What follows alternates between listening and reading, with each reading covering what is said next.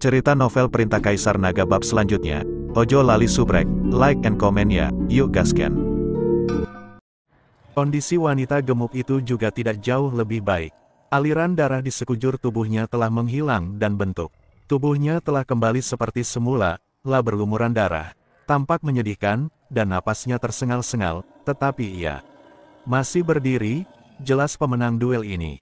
Mo Chen, kau kalah. Suara wanita gemuk itu serak, namun mengandung sedikit rasa bangga.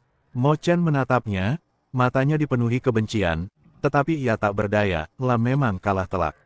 Para pengikut sekte pedang di sekitarnya bergegas maju untuk mendukung Mo Chen, semuanya dengan kesedihan dan kemarahan di wajah mereka, tetapi mereka tidak berani bertindak gegabah. Mereka semua tahu bahwa bahkan sang guru pun tidak sebanding dengan mereka, dan jika mereka maju mereka hanya akan mati sia-sia. Tatapan wanita gemuk itu menyapu orang-orang sekte pedang, dan akhirnya tertuju pada Chen Ping yang terbaring di tanah. Jejak niat membunuh terpancar di matanya. Sekarang, saatnya untuk menyelesaikan masalah yang tersisa. Dia berjalan menuju Chen Ping selangkah demi selangkah, jelas-jelas tidak berniat melepaskannya. Ling Xue berdiri di depan Chen Ping. Meskipun gemetar ketakutan, ia masih memberanikan diri untuk berkata, Kau tidak boleh menyentuhnya. Wanita gemuk itu mencibir, gadis kecil, beraninya kau menghentikanku. Keluar dari sini. Sambil berbicara, dia melambaikan tangannya, lalu embusan angin kencang meniup Ling Xue menjauh. Tepat saat telapak tangan wanita gemuk itu hendak mendarat di tubuh Chen Ping, sebuah suara lemah namun tegas terdengar, aku belum mati. Semua orang menoleh ke arah suara dan melihat Chen Ping perlahan bangkit dari tanah. Tubuhnya penuh luka, dan beberapa tulangnya tampak patah. Setiap gerakan membuatnya meringis kesakitan, tetapi matanya masih bersinar, dan tekadnya yang gigih bagaikan mercusuar di malam yang gelap, tak pernah padam. Dia menatap wanita gemuk itu, dan bahkan senyum pun muncul di sudut mulutnya, meskipun senyum itu lebih buruk daripada menangis, ingin membunuhku. Tidak semudah itu. Wanita gemuk itu menatapnya, kilatan keterkejutan di matanya, lalu tergantikan oleh amarah, dasar orang bodoh. Matilah. Dia melambaikan telapak tangannya lagi dan menamparkan Chen Ping. Kali ini, tak seorang pun bisa menghentikannya. Semua orang memejamkan mata, tak sanggup melihat kematian tragis Chen Ping. Telapak tangan wanita gemuk itu, yang mengandung kekuatan spiritual yang luar biasa, hendak mendarat di kepala Chen Ping dengan suara siulan. Jika telapak tangan ini mengenainya, Chen Ping tidak akan selamat meskipun ia memiliki 9 nyawa. Para murid sekte pedang di sekitarnya berteriak putus asa, sementara Ling Xue terisak tak terkendali, memalingkan muka, tak berani menonton. Mo Chen, yang diliputi amarah, mencoba meronta maju untuk menghentikan insiden itu, tetapi ia tak berdaya dan hanya bisa menyaksikan tragedi itu tanpa daya. Pada saat kritis ini, sesosok tubuh kekar muncul entah dari mana dan menyerbu ke depan Chen Ping, menangkis telapak tangan wanita gemuk itu dengan punggungnya yang lebar. Berhenti. Teriakan yang dalam dan kuat terdengar, dengan tekad yang tidak perlu diragukan lagi. Telapak tangan wanita gemuk itu tiba-tiba berhenti kurang dari 1 inci dari sosok itu, menatap punggung yang familiar di depannya, dan matanya, yang awalnya dipenuhi niat membunuh, langsung tertegun, lalu disusul oleh keterkejutan yang luar biasa. Semua orang tercengang dan menatap tamu tak diundang yang tiba-tiba muncul. Orang yang datang tidak lain adalah Nan Batian yang berjaga di luar kota. Kok dia ada di sini? Pikiran Chen Ping dipenuhi pertanyaan. Ketika ia dan Hu Mazi meninggalkan kota, mereka tidak menemukan Nan Batian.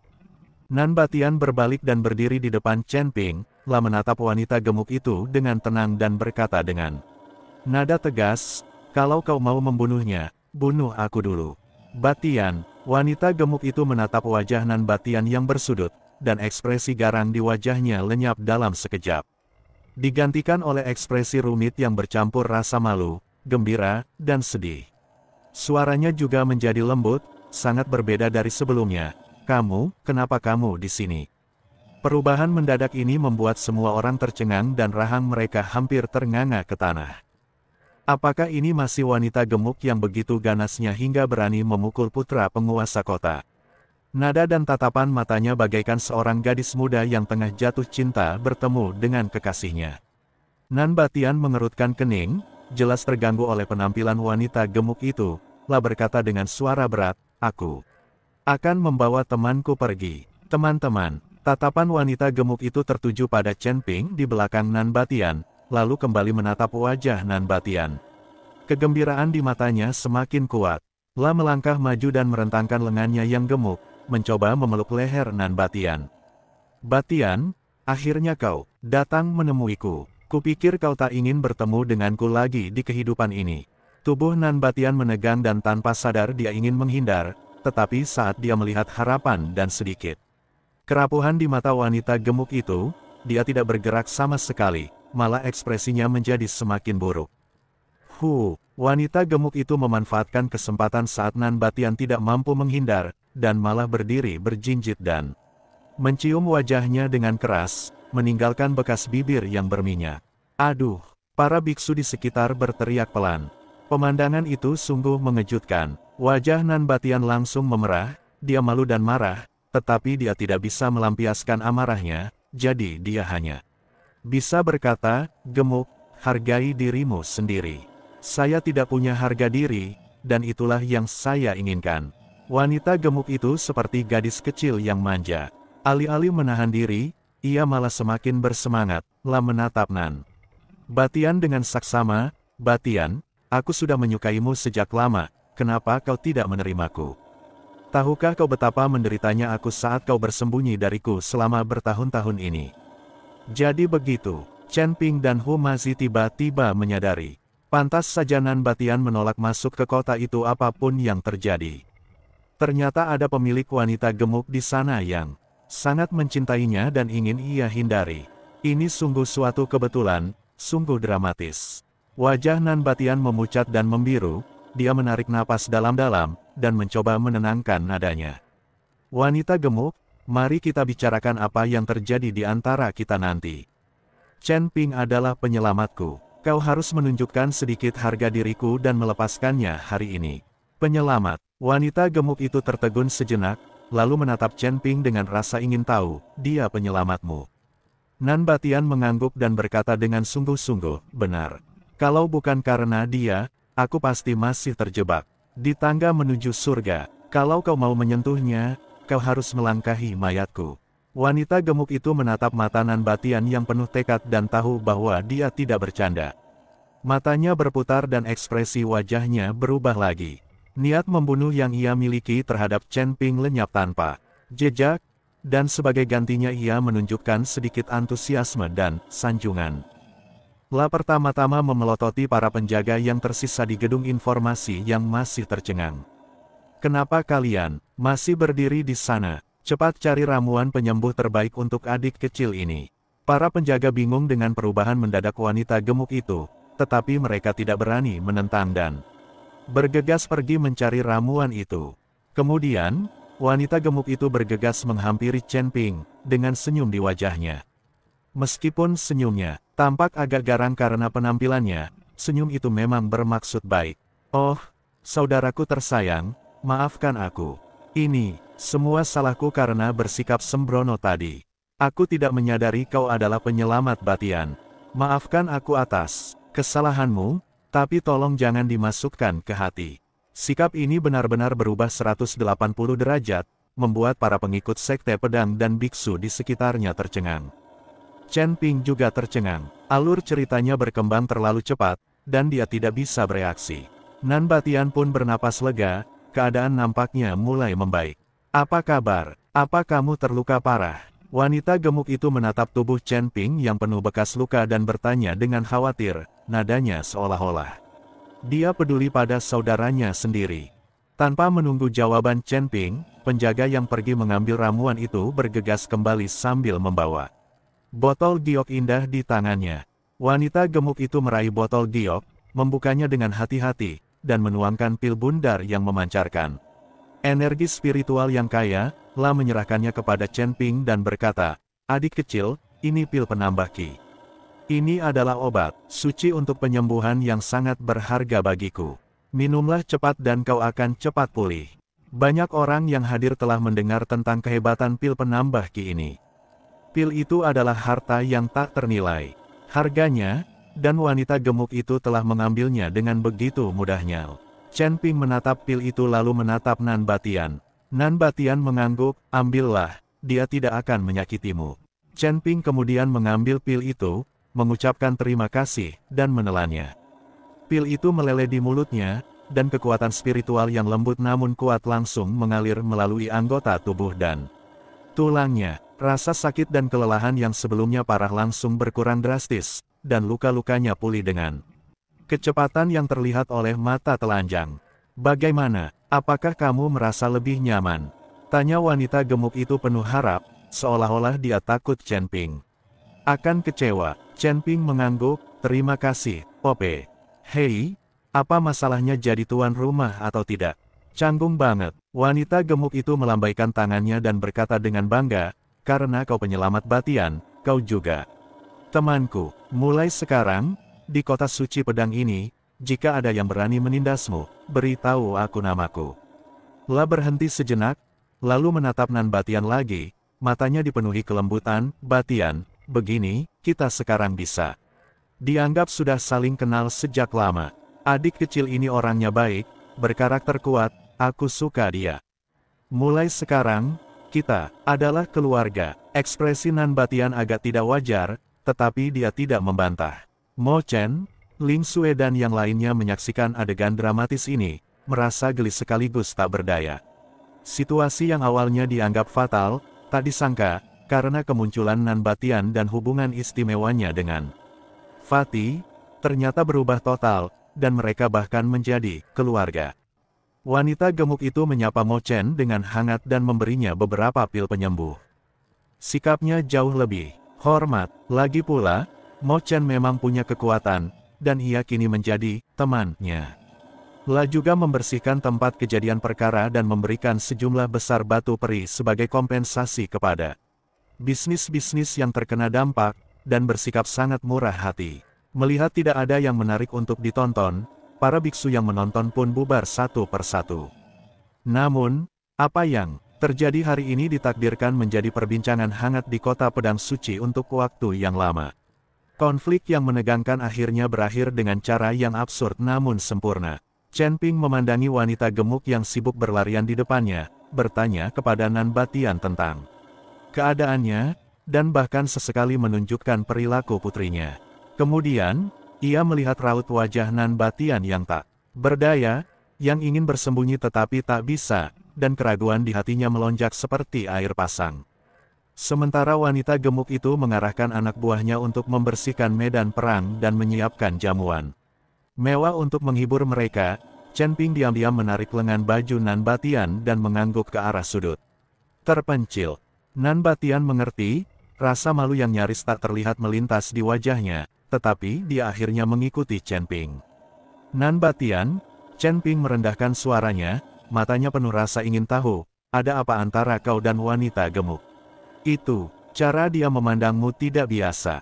Mendengar ini, Nan Batian merasa seperti tertusuk jarum dan tubuhnya sedikit menegang. La menoleh dan menatap sosok gemuk yang sibuk di kejauhan. Tatapannya sangat rumit, dipenuhi rasa bersalah, ketidakberdayaan, dan sedikit rasa sakit yang tak terlukiskan. Setelah terdiam cukup lama, ia mendesah pelan dan berkata dengan suara serak, ceritanya panjang.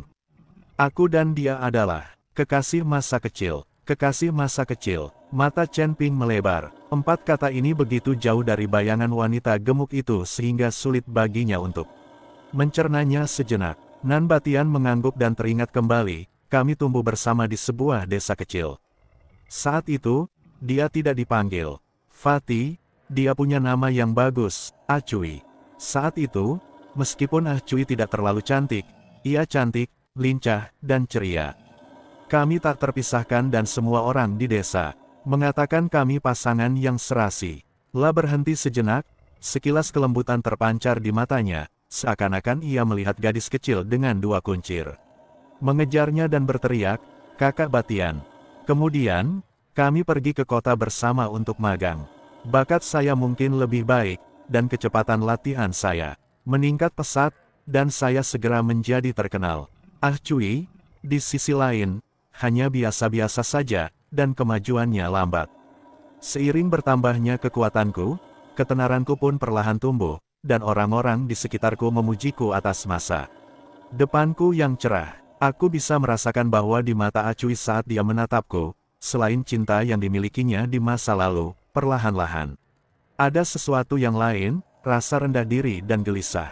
Dia selalu berkata kalau dia takut tidak cukup baik untukku, tapi kupikir itu hanya imajinasinya saja dan terus berusaha menghiburnya, sambil berkata kalau aku tidak pernah berpikir seperti itu. Pada titik ini, nada suara Nanbatian menjadi berat, tapi aku tidak menyangka dia akan melakukan hal bodoh seperti itu. Hanya untuk mengejarku, dia diam-diam menemukan seni bela diri kuno dan jahat yang dapat dikembangkan dengan sangat cepat dan dapat meningkatkan kekuatan seseorang secara signifikan dalam waktu singkat. Namun, teknik itu memiliki efek samping yang sangat besar. Tubuh praktisi akan terus membengkak akibat distorsi energi spiritual, menjadi kembung, dan tidak dapat kembali ke bentuk semula. Saat aku menyadarinya, semuanya sudah terlambat. Kekuatannya memang meningkat pesat, bahkan melampauiku di satu titik, tetapi tubuhnya juga mulai berubah. Saya terkejut dan marah, lalu bertanya mengapa dia melakukan ini. Dia hanya menangis dan berkata bahwa dia tidak ingin ditinggalkan oleh saya. Dia ingin bersama saya selamanya dan tidak ingin orang lain mengatakan bahwa dia tidak layak. Untuk saya, melihat ekspresinya yang gembira namun sedih, hatiku serasa tersayat pisau. Aku tahu aku juga bertanggung jawab atas keadaannya. Pertumbuhanku yang pesat memberinya terlalu banyak tekanan. Tetapi saya tidak dapat menerimanya karena kekuatannya meningkat dengan cara ini, dan saya tidak dapat menghadapi biaya besar dan rasa sakit yang tersembunyi di balik tubuhnya yang semakin membengkak. Aku tidak tahan untuk sesaat, dan aku tidak tahu harus berbuat apa, jadi aku memilih untuk melarikan diri. Saya meninggalkannya tanpa mengucapkan selamat tinggal dan mulai berkeliaran, sengaja menghindarinya. Kupikir mungkin waktu akan mencairkan segalanya, mungkin dia akan mengerti usaha kerasku. Tapi aku tak menyangka, akan bersembunyi darinya selama bertahun-tahun. Selama bertahun-tahun, dia tak pernah menyerah mencari saya. Dia mengubah namanya menjadi Fatih, membangun gedung informasi, dan pengaruhnya semakin besar, semua itu dengan harapan menemukan saya melalui berbagai cara. Dan aku, bagaikan pengecut, terus berlari dan bersembunyi. Aku takut melihatnya sekarang, takut menghadapi masalah di antara kami, dan takut menghadapi rasa bersalahku sendiri. Sebelum aku datang ke kota suci pedang kali ini, aku tahu dia ada di sini, jadi aku tetap di luar kota dan tidak berani masuk ke dalam, karena takut ketahuan olehnya. Aku tidak menyangka, aku tetap tidak bisa kabur. Suara Nanbatian dipenuhi dengan rasa lelah dan menyalahkan diri sendiri. Chen Ping mendengarkan dengan tenang, dengan perasaan campur aduk di hatinya. La tidak menyangka di balik penampilan garang dan gaya perilaku mendominasi wanita gemuk itu, ada masa lalu yang menyedihkan. La menatap sosok gemuk tak jauh darinya, yang sedang mengarahkan para pelayannya dan sesekali melirik ke arahnya. Tiba-tiba ia merasa bahwa di dalam tubuh gemuk itu tersimpan hati yang rapuh dan gigih. Nanbatian, Chen Ping merenung sejenak lalu berkata, kurasa nyonya gemuk.